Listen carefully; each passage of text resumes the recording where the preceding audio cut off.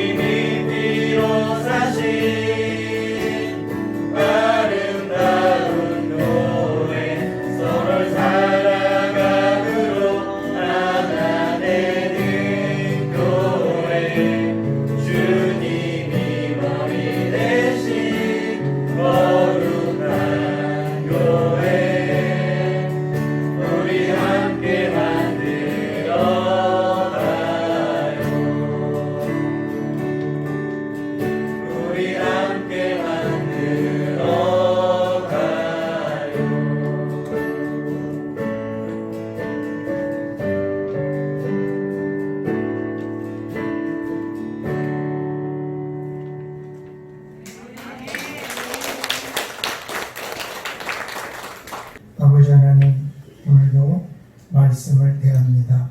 말씀 가운데 우리가 깨달아야 될 것이 있으면 깨달을 수 있도록 성령님 저희들을 붙들어 주시고 또 부족한 종에게 역사하여 주셔서 그들에게 말해야 될 것이 있으면 잊어버리지 않게 하여 주시고 아직 준비가 안 됐다면 잊어버리게 해주셔서 하나님의 말씀이 항상 우리 성도들의 성장과 또 발전에 기여하는 말씀이 될 수 있도록 사용하여 주시옵소서.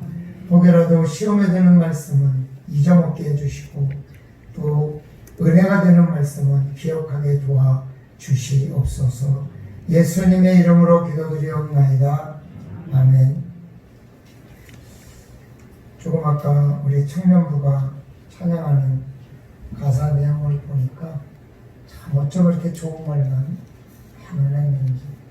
우리가 그런 교회가 되기 위해서 간단합니다. 내가 그렇게 하면 됩니다. 뭐 남이 되게 하는 것보다도 내가 그렇게 하면 그냥 저절로 그렇게 됩니다. 그러니까 우리 오늘 청년들이 특성했으니까 회장님 청년부부터 그렇게 할 수 있기를 바랍니다. 네, 감사합니다. 너무 은혜가 됐습니다. 양육과 사육 이 두 말의 차이, 두 말의 어감의 차이를 아십니까? 육자는 모두 기를 육자입니다. 사육이나 양육이나.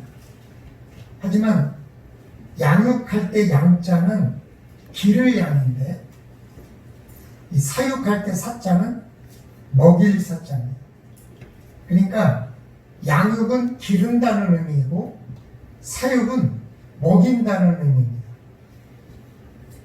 먹을 것이 없던 시절 먹인다는 것도 중요한 일이었기 때문에 사육만 가지고도 큰 일을 감당한 적이 있었습니다. 그런데 많은 부모가 먹이는 것에만 집중을 해서 그저 잘 먹이기만 한다면 최근에는 부모의 역할을 다하지 못했다 이런 평가를 받을 수 있습니다. 옛날 생각을 해서 잘 먹이면 되겠지 그런다면 그것은 아마 잘못된 생각일 것입니다. 물론 우리 어르신들이 자랄 때 제가 자랄 때만 해도 먹을 것을 구해오는 것조차 먹는 것을 제때 공급하는 것조차 어려웠던 시절 엄마는 짜장면이 좋다고 하셨어 라는 노랫말처럼 내가 먹지 않고 자녀에게 먹이는 것이 부모의 큰 사랑처럼 여겨졌던 그 시절 그때는 사육만 가지고도 양육이라 말할 수 있었을지 모르겠습니다. 지금도 자녀를 잘 먹이면 된다고 착각할 수 있지만은 지금 시대는 먹을 것을 절제시키는 것이 오히려 양육의 본질같이 느껴집니다. 이제는 잘 먹이는 게 아니라 좋은 것을 절제해서 먹이는 것이 오히려 더 좋은 양육이라 말할 수 있는 거죠. 따라서 부모가 자녀를 잘 양육하려면 먹고 입고 자는 환경에 최적화가 있어야 돼요. 그냥 무조건 먹이고 무조건 재우는 게 아니라 어떤 좋은 공기와 어떤 좋은 것을 입혀서 살아가느냐 하는 것이 오히려 더 양육의 본질일 수 있는 거예요. 교육, 체험, 경험의 질을 확대해서 무조건 학교만 가는 게 아니라 또 방학 동안에는 영어도 가르쳐야 되고 해외도 다녀와야 되고 여기는 좀 그런 분위기는 아니라 그러지만 이 서울 쪽에 있는 어떤 부모하고 얘기를 해보니까 방학 동안에 해외를 안 갔다 오면 아이들이 개학을 하고 학교 가서 완전히 주눅 들어가지고 어디든지 아이가 갔다 와야 되는 다른 사람을 시켜서라도 갔다 와야 되는 그런 상황에 놓여있기 때문에 힘든다는 얘기를 들은 적이 있습니다. 또 미래 꿈에 맞는 좋은 현재를 잘 준비해야 되는 거. 그래서 뭐 진로 체험도 하고 진로 교육도 하고 또 실제로 체험도 해보고 그래서 내가 되고 싶어하는 곳에 가서 직접 알바같이 일도 해보고 부모가 일하는 곳에 그냥 같이 옆에 앉아서 있으면서 어떤 일을 하는지를 보기도 하고 이런 것들을 통해서 자기의 꿈을 키워가고 또 어떤 꿈을 위해서 이 아이가 무엇을 봐야 되는지를 잘 살펴봐야 되는, 그래서 이런 모든 것들, 먹고 입고 자는 환경의 최적화, 교육 체험의 경험, 또 미래 꿈에 맞는 좋은 현재, 이런 것들을 적절히 활용하여 자녀가 살아갈 미래에 걸맞는 준비를 시키는 것이 부모의 역할이다. 그것이 곧 양육이라 이렇게 할 수 있는 것입니다. 여기에 돈과 환경이 필요하여 최근 젊은이들이 자신없어 하니까 자녀를 양육하는데 힘들고 어려운데 힘을 쏟기보다 그냥 반려동물 키우는 것을 선택하는 젊은이들이 자꾸 늘고 있는 것 같습니다. 왜냐하면 그 반려동물은 양육을 할 필요가 없이 사육만 하면 되니까요. 아이를 너무 많이 낳아서 문제가 되었던 시절에는 둘만 낳아 잘 기르자는 표현을 통해서 국가 미래를 준비했던 시절이 있습니다. 하지만 요즘은 반대로 자녀를 많이 낳는 것이 미래의 대한민국의 절실한 때이지만 요즘은 결혼조차도 반대하는 사람이 많아서 자녀 수를 이야기하는 것은 어불성설인 듯 합니다. 하지만 우리 교회 다니는 젊은이들은 좀 결혼도 해서 하나님 말씀대로 우리 금비처럼 생육하고 번성하고 했으면 좋겠다는 생각이 듭니다. 우리 교회에 사는 고양이는 얼마나 생육하고 번성하는지 지금 또 새끼 가진 것 같아요. 하여간 하나님 말씀을 제일 잘 듣는 거는 고양이밖에 없구나. 그래서 안타까워요. 근데 정말 지금 이게 필요한 시절이기도 해요. 제가 얼마 전에 광고를 보면서 깜짝 놀랐어요. 저는 이 광고가 지금 이 시대 최악의 광고 같아요. 난 날보로 이 광고를, 최악의 광고를 뽑으려면 이 광고를 뽑고 싶어요. 네? 아주 맨 처음에는 굉장히 아주 그냥 좋더라고요. 아이가 엄마한테 동생 낳아라. 그래서 엄마 아버지가 자는데 와가지고 엄마 동생 만들고 있어? 그러니까 자다가 엄마 아버지가 깜짝 놀라가지고 일어나는데 그 아이에게 개 2마리 갖다 주면서 네 동생 여기 있다 그러니까 애가 더 이상 그 말을 안 하고 거기서 개 데리고 동생이라고 해서 사는 그런 광고를 대기업에서 했더라고요. 야, 이건 진짜 어떡하란 말인가. 지금 이런 광고는 나라가 벌금을 내게 쫓아내든지 해야 되는데 진짜 너무나 안타까운 현실 속에 있다는 겁니다. 양육에 대한 책임은 부담스러우면서 양육에 대한 기쁨을 모르는 거죠. 양육을 해서 그 아이가 자라갈 때 그 아이와 부모와 교감할 수 있는 그 기쁨의 양을 모르니까 사람들은 대개 양육을 부담스러워하고 힘들어한다는 거예요. 대신 적당히 사육하면서 얼마간의 즐거움에 도취되고 싶은 것, 그런 요즘 세상을 반영하고 있는 광고, 또 반영하고 있는 것이라 생각이 들어집니다. 이제 곧 우리나라에도 외국인이 반이 넘는 세상이 올 것인데 지금 이미 이쪽 지역에서는 많은 실감을 하시겠지만 지금 우리나라도 외국인을 적극적으로 받아들이지 않으면 국가 자체가 운영되기 어려운 상황에 놓여 있기 때문에 점차적으로 그럴 수밖에 없는 그런 상황에 있는 거죠. 그 미래를 거스르는 것이 아니라 이제 그 미래를 준비하는 것이 좋겠다 하는 생각도 들어집니다. 하지만 아직 부모의 길을 가지 않은 이제 부모를 가야 될 우리 젊은이들에게 또 자녀들에게 양육의 의미를 되새겨보는 것, 그 양육이라는 것이 힘은 들지만 그만큼 기쁨도 있다는 것, 그만큼 어렵지만 그 어려움 이상으로 행복감도 있다는 것이죠. 제가 수박을 한 덩이 사가지고 저희 아들집에 갔습니다.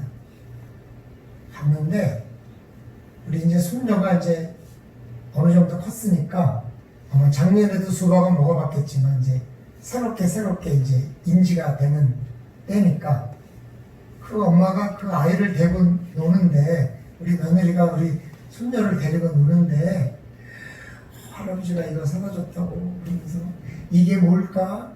이 속에 뭐가 있을까? 그러면서 궁금해 하는 거를 한참 돋궈주더니 아이랑 같이 잘라서 그 안에 있는 걸 보니까 이 아이가 너무너무 놀라고 신기하면서 그걸 먹는 거를 그런 모습을 보면서 아, 참 잘 데리고 논다 이런 생각도 들었지만 참 저런 표정을 보는 게 엄마의 기쁨인가 보다. 전 옆에서 보기만 해도 그냥 기쁨이 들어.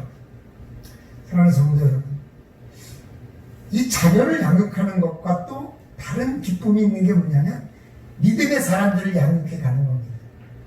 저는 그 기쁨이 너무 좋다고 생각하는데 우리 성도님들은 그런 기쁨을 한번 맞아보면 어떨까? 오늘 바울은 데살로니가 교회를 양육하면서 느낀 그 행복과 기쁨, 그 어려움, 그런 것들을 함께 이야기하고 있는데 오늘 데살로니가 교회를 향한 그런 양육의 기쁨을 우리 함께 나누면서 더욱더 기쁨 있는 양육의 길을 한번 선택해 보시기를 주님의 이름으로 축원합니다. 오늘 바울이 데살로니가 교회를 향한 목적에 대해서 얘기하고 있는데 그 목적이 무엇인가? 오늘 본문이 말하고 있는 것처럼 하나님의 영광에 참여시키는 것이다. 이것은 부모로서 자녀에게 가져야 되는 목적이기도 해요. 하나님의 영광에 동참시키는 것. 그렇게 하도록 가르치고 성장시키는 것. 그것이 바로 육적 부모의 역할이기도 하고 영적 부모의 역할이기도 하는 것입니다. 우리는 영적 부모로서 자녀 혹은 우리의 영적 제자들에게 그들이 하나님의 영광에 동참하도록 가르치고 성장시키는 것. 이게 우리의 책임인 거죠. 목자가 자기 목원들에게 내가 전도한 사람이 전도한 사람을 그렇게 가르치고 그렇게 양육해 가는 것. 이게 너무나 기쁜 것입니다. 그래서 바울이 데살로니가 교회를 하나님의 영광에 동참시키기 위해서 한 일은 첫째로 본을 보이는 것입니다.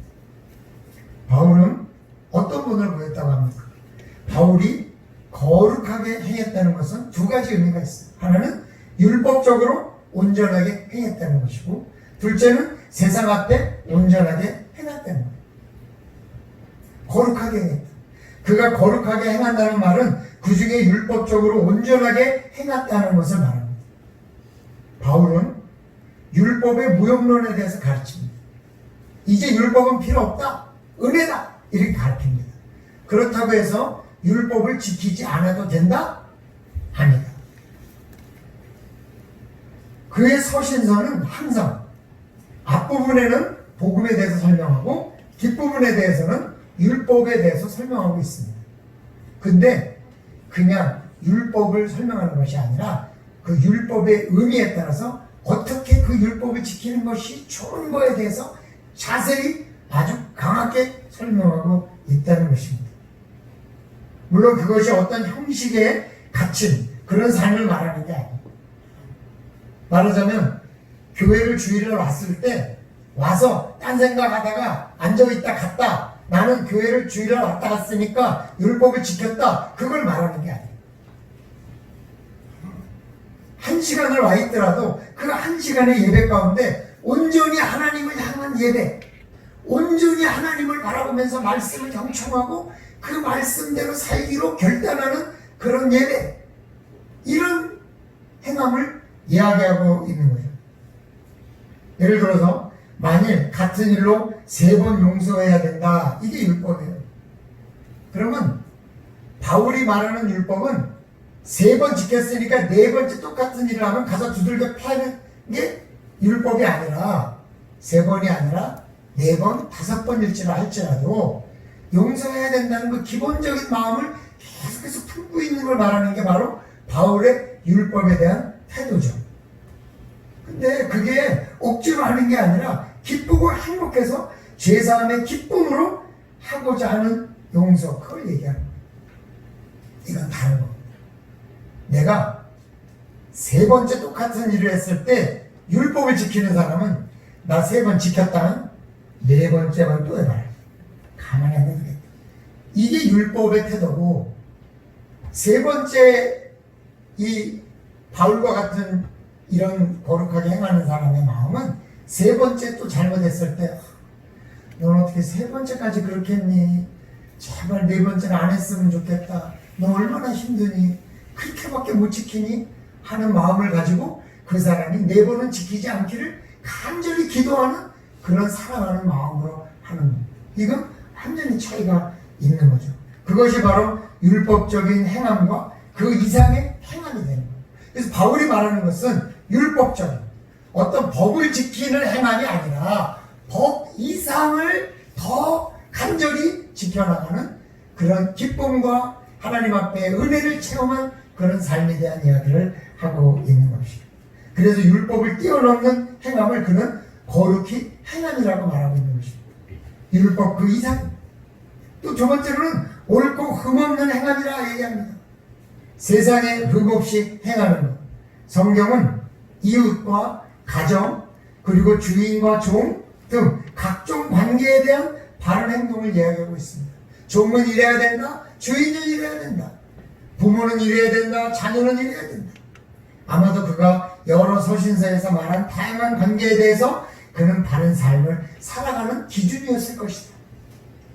그것은 그가 돈이나 명예를 위해 산 것이 아니라 하나님의 영광에 참여하기를 간절히 원하는 마음으로 율법도 지키고 이웃과의 관계에서도 본을 보이면서 데살로니가 교회에 본을 보이고자 하는 그런 마음으로 그렇게 했을 것입니다. 사랑하는 성도 여러분, 오늘 우리의 삶이 단순히 나를 위한 삶이 아니라 내 기도 응답받는 삶이 아니라 하나님의 영광에 동참하는 백성으로서 성장시키고 가르치기 위해서 나 스스로 그렇게 본이 되어지고 또 그렇게 살려고 노력하고 그렇게 삶을 살면서 깊은 투쟁을 하는 그런 삶이 되시기를 주님의 이름으로 축원합니다. 바울이 데살로니가 교회를 하나님의 영광에 동참시키기 위해서 한 일은 둘째로 원칙에서 벗어나지 않는 것입니다. 원칙. 바울은 자녀가 하나님의 영광에 참여할 수 있도록 성공적인 삶을 살게 하는 것, 그게 원칙입니다. 그게 목표입니다. 아버지가 자녀에게 하듯이 엄한 아버지, 지혜로운 아버지, 엄하고 지혜로운 아버지가 되기를 원했던 거죠. 근데 여러분, 엄하고 지혜로운 아버지는 동시에 보여주기에는 참 쉽지 않은 거예요. 쉽지 않은 거예요. 엄하면 엄하고 지혜로우면 지혜롭지. 엄하고 지혜로운 건 쉽지 않아요. 그렇기 때문에 바울은 기도하면서 자녀를 양육할 때 그 목적과 자녀를 사랑하는 마음을 가지고 꾸준히 노력하면서 애썼다는 거죠. 저는 요즘 우리 손녀 때문에 할아버지가 되어가는 과정을 연습하고 있습니다. 나도 처음이니까요. 이 아이가 자라가면서 내가 어떤 역할을 해야 되는지 정말 고민하고 기도하고 또 갈 때마다 어떻게 해야 되는지 정말 힘들어요. 그래도 그 일을 하려고 노력을 하면서 하나님 앞에 기도해요. 저는. 그래서 교회 목사이기도 하지만 또 우리 아이에게는 아버지고 우리 손녀에게는 할아버지니까 어떻게 하면 좋은 할아버지, 어떻게 하면 성경적인 아버지, 할아버지가 될까. 나 아버지는 많이 훈련했는데 할아버지는 이제 처음이에요. 여러분 다 마찬가지죠. 바울도 데살로니가 교회를 가면서 그냥 무작정 가가지고 막 하지 않았다는 거예요. 어떻게 하는 것이 옳은지 기도하고 준비해서 그대로 행했다는 거예요. 그게 뭐냐면 엄하고 지혜로운 아버지가 되기를 원했던 거예요. 바울은 그런데 그렇게 기도할 때마다 분명히 사용하는 기준이 있었는데 그 원칙이 뭐예요? 그 원칙은 하나님의 백성을 하나님의 영광에 참여할 수 있도록 하는 것이 그의 원칙이라는 거예요. 거기 원칙에서 벗어나면 안 되는 거예요. 원칙은 기준이고 잣대이기 때문에 그래서 원칙이나 기준이 바뀌면 방법도 바뀌고 행동도 바뀌어요. 그러나 아이들을 양육할 때 부모님들이 대부분 실수하는 게 뭐냐면 원칙이 흔들리는 실수를 많이 하는 거예요. 원칙이 실수하는 거예요. 왜냐하면 야 너는 친구들하고 잘 놀아야지 인간관계가 좋아야 세상을 사는데 좋은 거야. 친구들하고 잘 사겨? 그랬어요. 이 아이는 친구들과 열심히 사귀었어요. 근데 어느 날 이렇게 얘기하는 거야. 야, 일찍 들어와야지. 무슨 친구들하고 이렇게 노느라고 정신 못 차리냐. 이러면 아이가 헷갈리는 거야. 나를 그럼 어떡하란 말이지? 친구를 사귀라는 말이야. 일찍 들어오라는 말이야. 이게 굉장히 아이들은 헷갈리기 때문에 그때부터 헷갈리기 시작하면 부모의 말에 대해서 고민하고 잘 듣지 않는 습관들이 생기는 거예요. 그래서 분명한 원칙을 가지고 내가 적절히 어떻게 해야 되는지를 잘 말해야 되는 거예요. 친구를 많이 사귀는 것도 중요하지만 그 중요한 가운데서도 절제가 필요하니까 최소한 몇 시까지는 집에 돌아오면서도 친구랑 잘 사귈 수 있는 방법을 연구해야지. 그리고 같이 연구해줘야죠. 무조건 이래라 저래라 하면 아이들은 헷갈리는 겁니다. 그래서 우리도 삶의 원칙에 흔들리지 않아요. 그 원칙은 우리는 성도라는 것입니다. 우리는 성도, 거룩한 백성. 그게 뭐예요? 거룩하게 사는 도. 거룩하게 사는 도를 지키는 사람. 예수 그리스도의 속죄 의식을 통해서 내가 죄를 용서받았다고 믿음으로 나는 그의 속죄 의식에 대해서 감사하며 보답하며 사는 거예요.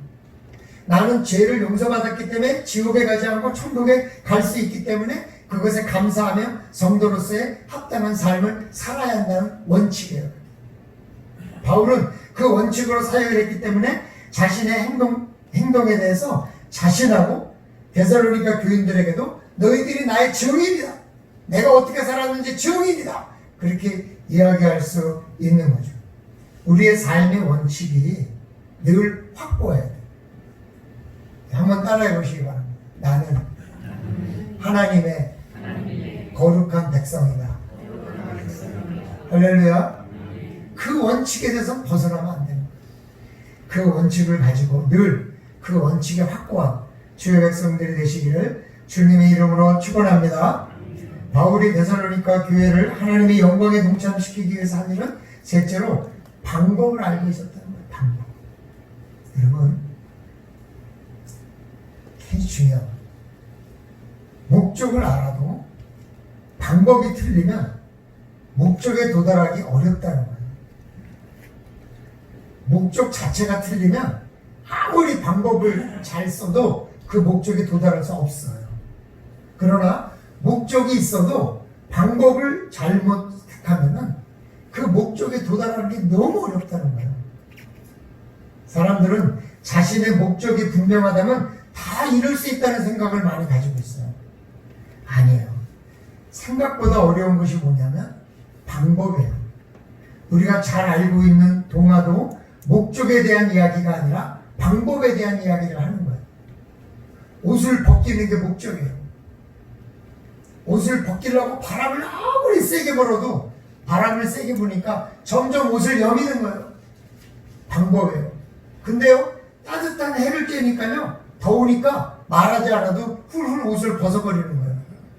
목적은 옷을 벗기는 거지만 방법이 잘못되면 절대로 이룰 수 없다는 교훈을 그 동화에서 가르쳐 주는 거예요. 여러분, 말 한마디가 천냥빚을 갚는다는 말도 같은 말이에요. 말을 어떻게 하느냐에 따라서 천냥빚을 갚을 수도 있는 거예요. 근데 말을 잘못하면 천냥빚을 갚기는커녕 더 빚을 쌓을 수도 있는 거죠. 말하는 방법은 명령도 있고 강압적인 것도 있고 벌칙도 있어요. 그러나 오늘 바울은 권면과 위로와 경계를 말하고 있어요. 똑같은 말이에요. 물을 먹지 말라. 명령. 물을 먹지 않는 것이 좋을 것 같은데 권면이겠죠.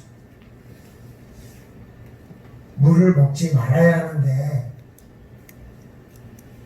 먹기 힘들지. 아우, 먹지 않으려니까 되게 힘들더라. 위로일 수 있습니다. 물을 먹는다면 내게 좋지 않을 텐데 경계일 수 있어요. 같은 말이지만 듣는 사람의 입장은 많은 차이가 있어요. 명령은요, 명령하는 사람이 보는 데서는 하지만 뒤돌아서는 지키지 않아요. 어떤 목사님이 일찍 돌아가셨는데 그 일찍 돌아가신 이유가 사모님이 당신은 이런 병이 있기 때문에 이거 먹으면 안 된다, 저거 먹으면 안 된다. 자꾸 그러니까 사모님이 안 보는 데서만 씻어 먹었대요. 너무 먹고 싶은데, 너무 먹고 싶은데 못 먹게 하니까. 그러니까 명령이라는 것은 한계가 있다는 거예요. 권면은요, 그 이유가 분명하지 않아서 좋은 결과를 볼 수 없어. 왜? 이게 먹으려는 건지 안 먹으려는 건지 잘 모를 때가 많아요. 그런데 사실은 명령할 수 없는 사람에게 권면하듯이 얘기를 하는 거죠. 위로는 자신이 물을 먹는 것이 필요하다는 것 같다는 생각을 강력하게 줄 수 있어요. 그래서 오히려 야, 너는 이거 하기 어려운데 해보면 어떨까? 야, 너 이런 거 참 어려운데 넌 어떻게 이런 걸 하니? 와,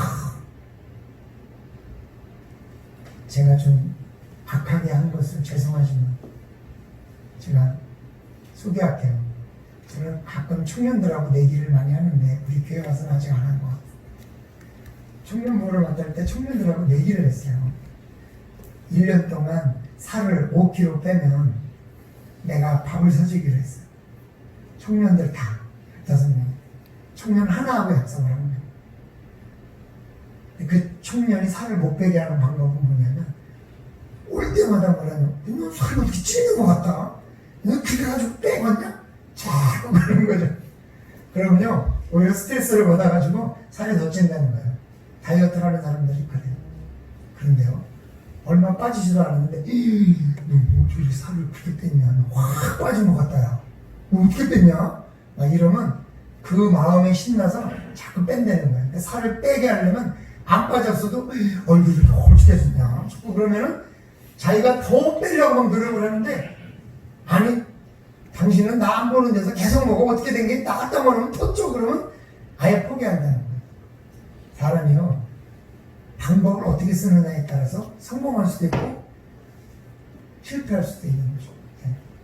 저는 절대 밥을 안 사고 그 자네가 밥을 샀거든요. 물기를 절대로 못했죠. 그러나 내가 만약에 빼게 하려고 그랬으면 그렇게 말 안 했을 거예요.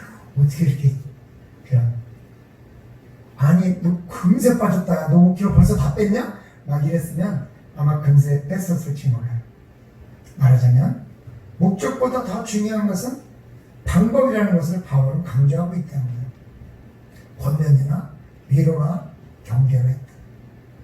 오늘 우리의 삶에 교회뿐 아니라 어떤 삶 속에서도 목적을 이루기 위해서는 목적보다는 방법의 지혜를 얻어야 돼요. 그래서 우리 성도님들은 뭘 하든지 방법에 대해서 지혜를 충만하게 얻고 성령님이 이 코로나19 때문에 이거를 위기를 벗어나는 막 지혜를 주실 텐데 어떻게 해야 되는지 방법을 잘 깨달아서 승리하는 주의 백성들이 되시기를 주님의 이름으로 축원합니다. 바울이 이런 방법을 사용한 이유는 목적을 이루기 위해서입니다.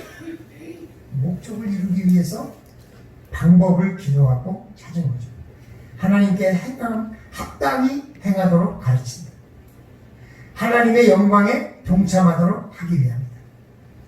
무엇보다 자신이 깨달은 복음의 깊은 의미를 알고 있는 바울은 이 기쁨을 공유하고 나눠주고 싶은 열정에 가득 찼는데 그러나 그걸 들고 막 무작정 덤비기보다는 데살로니가 교회 교인들에게 좋은 방법을 사용해서 어머니와 같이 또 권면을 하면서 그 방법을 잘 사용해서 데살로니가 교회의 성도들이 하나님의 영광에 동참하도록 세워가고 있다는 것입니다. 이런 말씀은 우리에게도 필요한 지혜를 주는 거죠.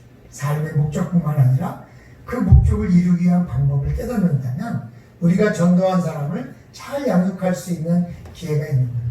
그러면 내가 전도한 사람을요 교회에 전도해놓고 끝나면 그 사람 오래 가지 못해요. 그러나 전도해서 계속해서 그 사람이 동참할 수 있도록 내가 본을 보이면서 그 사람을 잘 양육하는 그런 일들을 통해서 하나님 앞에 영광을 돌리게 된다는 거죠. 공간상 목사님이 그러시죠. 중학교 때 교회를 나왔대요. 동네 아저씨가 교회를 나오면 사탕 준다 그랬어요. 교회를 나왔대요. 교회를 나와서 처음에 등록을 하고 나니까 그러더래요. 헤어지면서 내일 새벽에 보자. 그래서 예? 그랬더니 아 교회 때 나오면 새벽도 나오는 거야? 그러길래 그런 건가 보다. 그러고 그 다음날 새벽부터 나왔대요. 그러더니 목사님이 돼서 부흥사가 됐잖아요. 그러니까 누구를 만나느냐가 누구를 어떻게 양육하느냐하고도 차이가 있다는 생각이 들어집니다. 제가 교사를 할 때 저희 부모님이 새벽 기도 인도하러 나오셨다가 집에 들어와서 저를 깨우시는 거예요. 야, 중등부 애들 나왔다. 빨리 나와라.